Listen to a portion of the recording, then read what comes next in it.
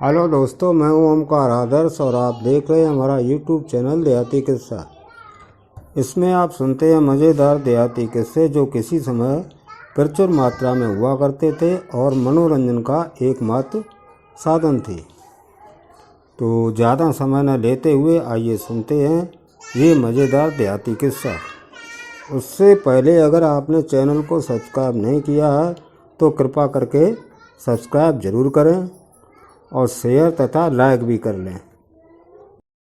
एक समय की बात है, एक राजा बहुत ही सूझवान और विद्वान था।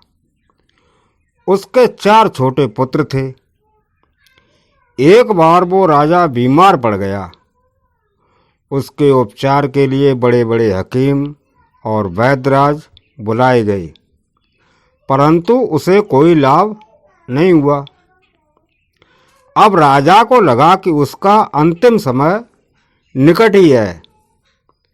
उसने अपने 4 पुत्रों को अपने पास बुलाया और कहा, मृत्यु का कोई इलाज नहीं हुआ करता। यह संसार एक सराय है। अब मेरे बचने का कोई उपाय नजर नहीं आ रहा। मैं तुम्हें जाते जाते यह शिक्षा देना चाहता हूँ कि तुम 3 दिशाओं में शिकार खेलने के लिए जाना, परंतु भूल से कभी भी 4थी दिशा में कभी मत जाना। यह कहकर राजा ने दम तोड़ दिया। सारे राज्य में एक शोक की लहर दौड़ गई और हाहाकार मच गया। समय व्यतीत होने पर राजा के 4 पुत्र बड़े हो गए। सबसे बड़ा 20 वर्ष का था। उसने सिंहासन संभाल लिया। उन 4 भाइयों का आपस में बहुत प्यार था। वे जो भी काम करते बड़े भाई की सलाह से करते थे और वे जब भी शिकार खेलने के लिए जाते तो भी साथ ही जाते थे, कभी अकेले नहीं जाते थे। एक दिन 4 भाई शाही पोशाक पहनकर सुंदर घोड़ों पर सवार होकर अपने हाथों में तीर कमान और शस्त्र लेकर शिकार खेलने के लिए गए। वे तीनों दिशाओं में घूमते रहे, परंतु उस दिशा में उन्हें कोई शिकार नहीं मिला। अब खाली हाथ घर वापस आ जाना उन्हें अच्छा नहीं लगा।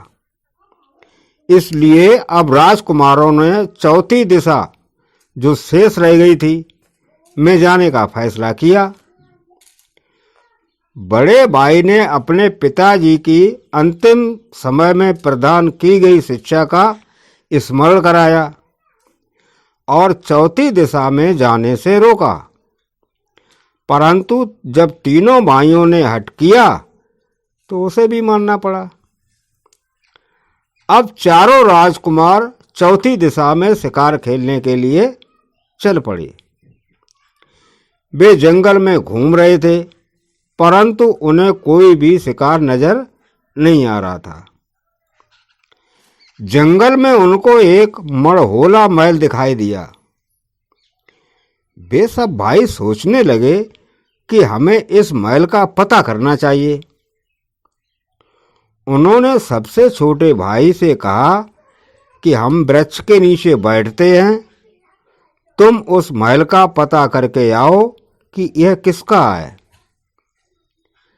सबसे छोटा राजकुमार 5 कपड़े 5 हथियार लेकर घोड़े पर सवार होकर उस मड़होले के पास पहुंचा। वे मड़होले के चारों तरफ थोड़ा लेकर घूमा। उसको उस महल का कोई दरवाजा दिखाई नहीं दिया। इतने में वो क्या देखता है कि एक सूखे वृक्ष के नीचे लगभग 80-85 वर्ष की एक बुढ़िया बैठी हुई है और अपनी ही धुन में चरखा काट रही है। उसके पास एक बहुत बड़ी ढोल और डग्गा पड़ा था। राजकुमार घोड़े से उतरकर बुढ़िया के पास गया और पूछने लगा, बुढ़िया माई, इस मड़होले महल का दरवाजा किधर है? माई ने नम्रता से उत्तर दिया, बेटा, यह रही ढोल और डग्गा, ढोल पर डग्गा लगा दो, सब पता चल जाएगा। राजकुमार ने घोड़े को वृक्ष से बांधा और डग्गा पकड़कर ढोल पर लगा दिया। डग्गा बजते ही मड़होले महल के चारों ओर के दरवाजे खुले हुए दिखाई देने लगे। राजकुमार एक दरवाजे से भीतर गया तो क्या देखता है कि एक सुंदर हीरों और मोतियों के हार से रानी मिली। रानी इतनी सुंदर थी कि राजकुमार उसे देखते ही मोहित हो गया। रानी उसको देखकर हंसने लगी। रानी ने राजकुमार का आदर किया और अपने पास पलंग पर ही बिठा लिया। रानी को देखकर राजकुमार सब कुछ भूल गया। वो रानी को पूछने लगा, तुम कौन हो? रानी ने बड़ी ही सुंदर और मनमोहक अदा से जवाब दिया, मैं एक राजकुमारी हूँ। मेरा अभी तक विवाह नहीं हुआ है। मैं उस राजकुमार से विवाह करूंगी जो मेरी पहेली का उत्तर देगा। राजकुमार ने कहा, राजकुमारी, मैं एक राजकुमार हूँ। अब तुम मुझे यह बताओ कि तुम्हारी पहेली क्या है। मैं विश्वास दिलाता हूँ कि मैं अपना पूरा प्रयत्न करूँगा जिससे मैं आपकी पहेली का उत्तर दे सकूं। रानी ने कहा, मेरी एक शर्त है।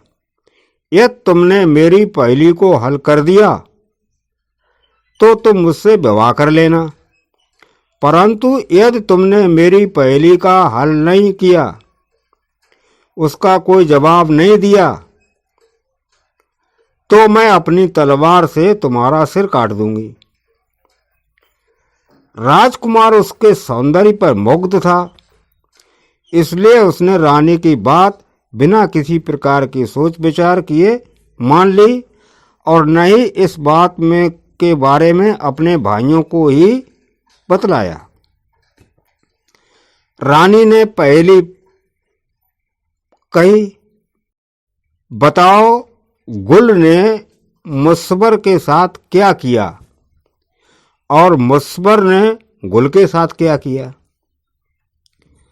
राजकुमार ने बहुत प्रयत्न किया, परंतु वो इस पहेली का कोई हल न निकाल सका।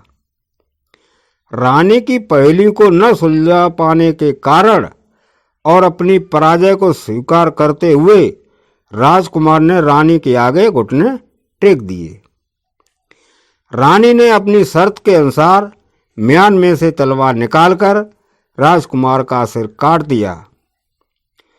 राजकुमार का सिर कटते ही मड़होले महल का दरवाजा पहले की तरह ही बंद हो गया।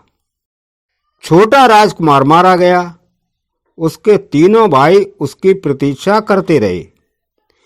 अंत में उसके बड़े भाई ने कहा, मैं पता लगाता हूं। अतः बड़ा राजकुमार भी घोड़े पर सवार होकर मड़होले महल के चारों ओर घूमने लगा, परंतु मड़होले महल का कोई भी दरवाजा नहीं मिला। उसने एक तरफ अपने भाई का घोड़ा बंधा हुआ देखा और निकट ही चरखा काटती हुई उस बुढ़िया को देखा। उसने शीघ्रता से उससे पूछा, मेरा राजकुमार भाई अपना घोड़ा बांधकर कहाँ चला गया? उस बुढ़िया ने उत्तर दिया, वो पड़ा है ढोल और वो पड़ा है डग्गा। ढोल पर डग्गा लगा दो, तुम्हें सब कुछ पता चल जाएगा।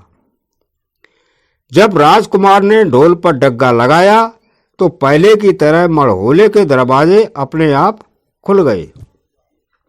वो रानी के पास गया। रानी ने फिर से वही पहेली दोहराई। राजकुमार से वो पहेली सुलझाई न गई। इस प्रकार अपनी शर्त के अनुसार रानी ने उसका भी तलवार से सिर काट दिया। जब दूसरा राजकुमार भी न आया तो तीसरा राजकुमार, जो बड़े भाई से छोटा था, अपने भाइयों का पता लगाने के लिए घोड़े पर सवार होकर मड़होले महल की तरफ चल पड़ा। उसने भी बुढ़िया के कहने पर ढोल पर डग्गा मारा, रानी के पास गया। उससे भी रानी की पहली सुलझाई न गई और रानी ने उसका वध कर दिया। जब तीनों राजकुमारों में से कोई भी वापस नहीं आया तो सबसे बड़ा राजकुमार बड़ा हैरान हो गया और घोड़े पर सवार होकर मड़होले महल की तरफ चल पड़ा। उसने वहां 3 घोड़े बंधे देखे और एक बुढ़िया को चरखा काटते हुए देखा। उसने शीघ्रता से उस माई से पूछा, बुढ़िया माई, इन घोड़ों के सवार मेरे भाई कहाँ हैं? जल्दी बतलाइए।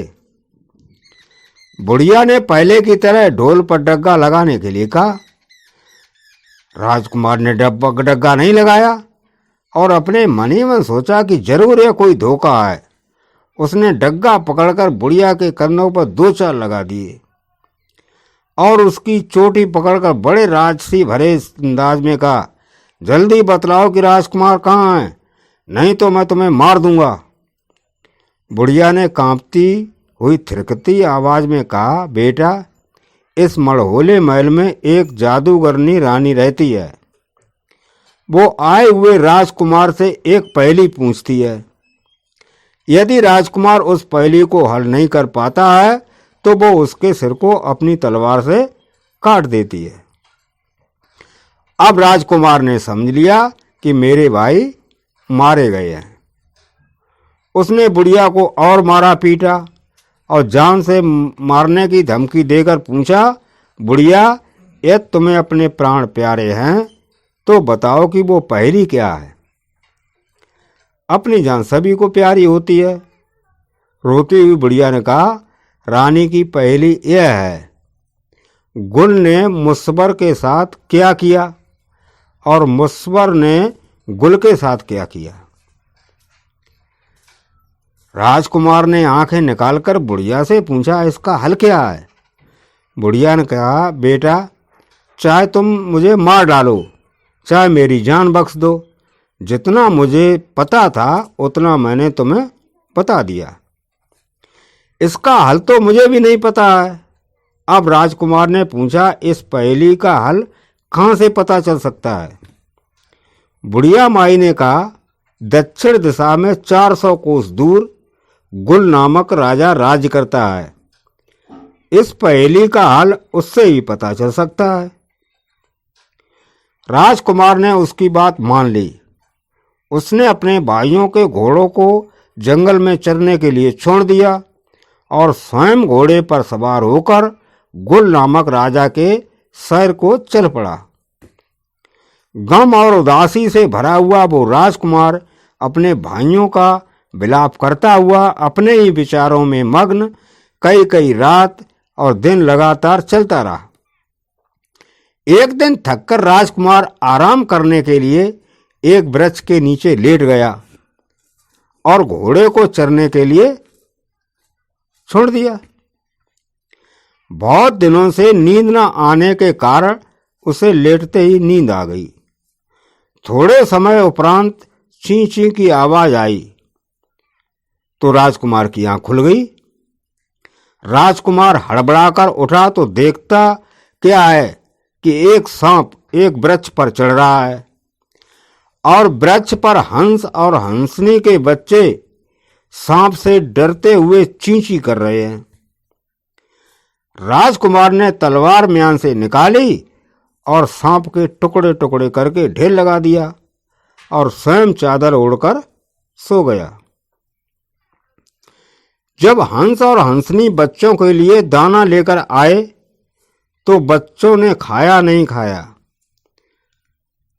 हंस और हंसनी ने बच्चों से पूछा, तुम दाना क्यों नहीं खा रहे हो?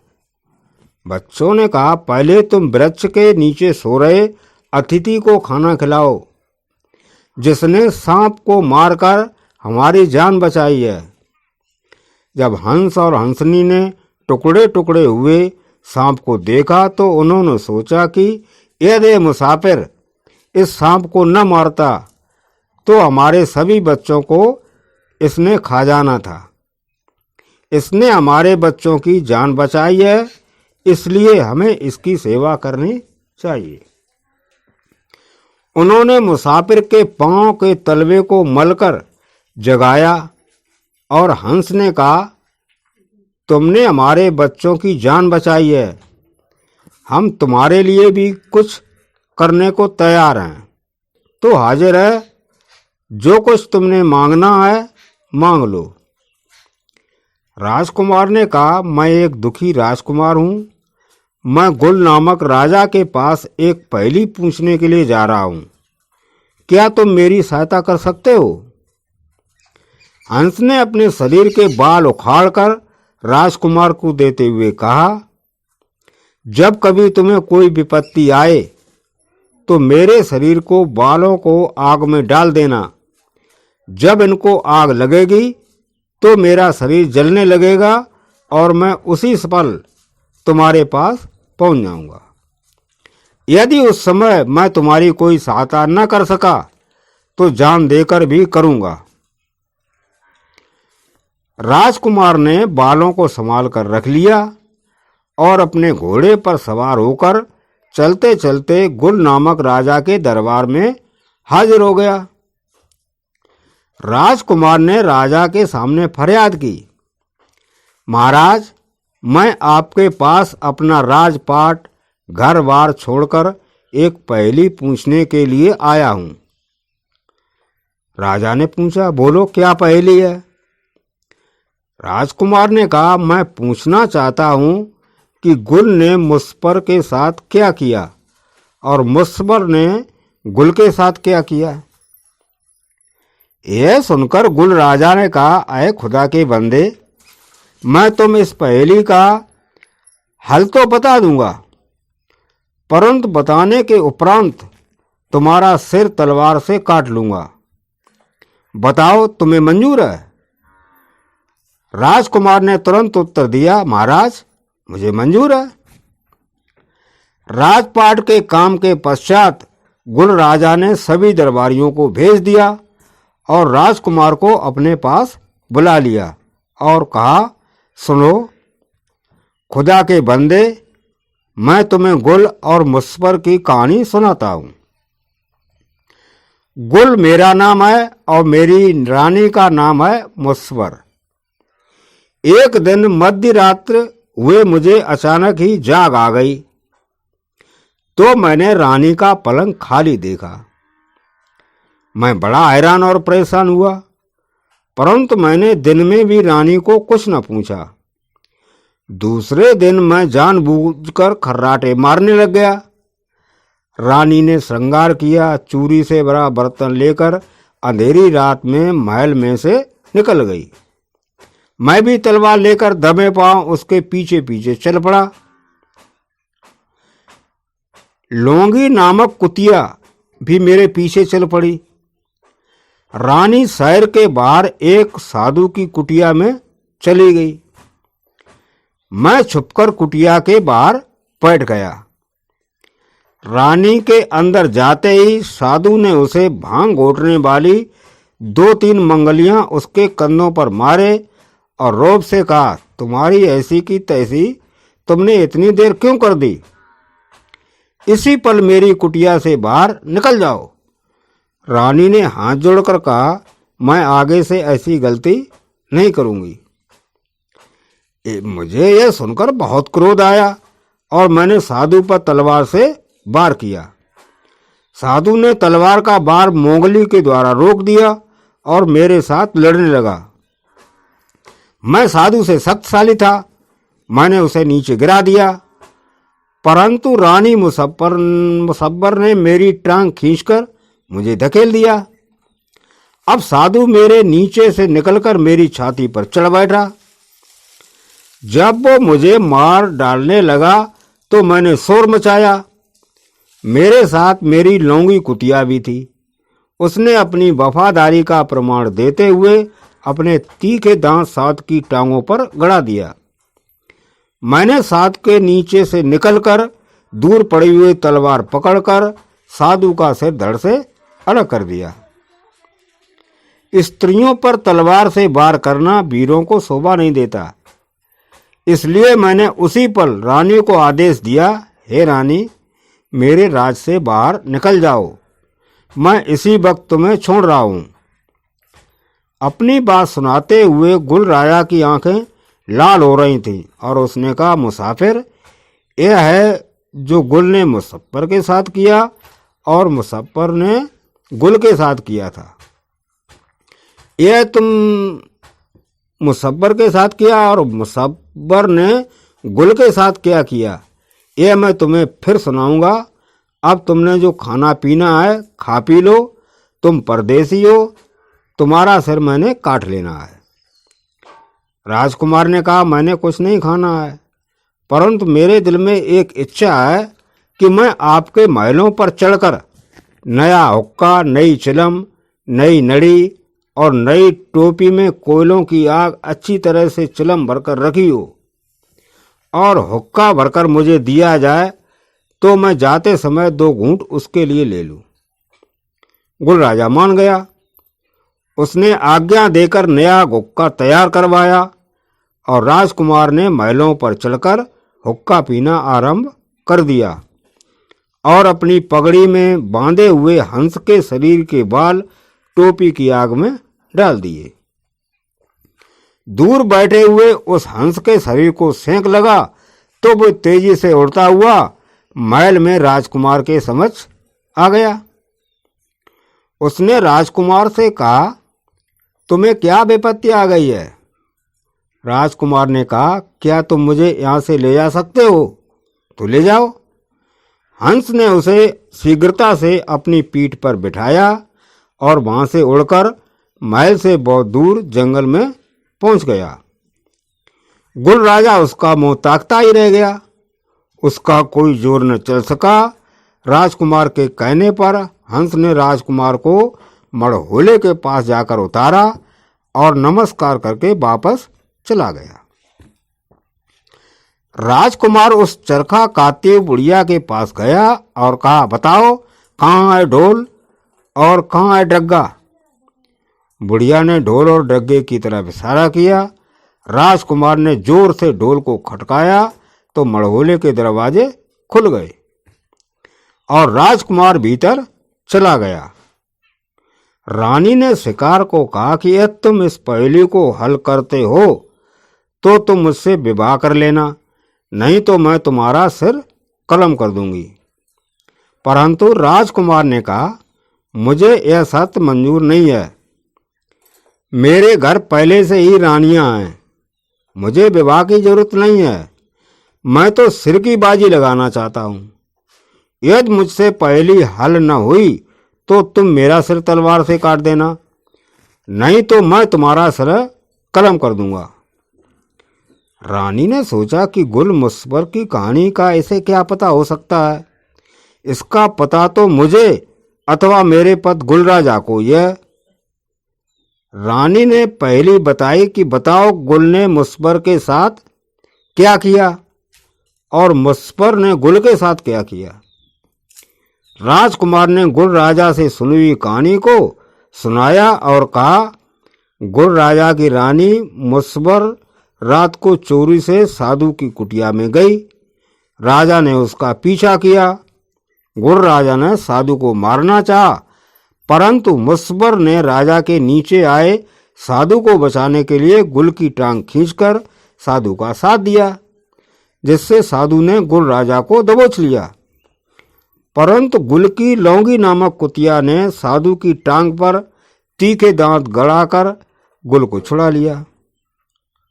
गुल राजा ने तलवार के साथ साधु के टुकड़े टुकड़े कर दिए और मुसफ्फर को छोड़ दिया।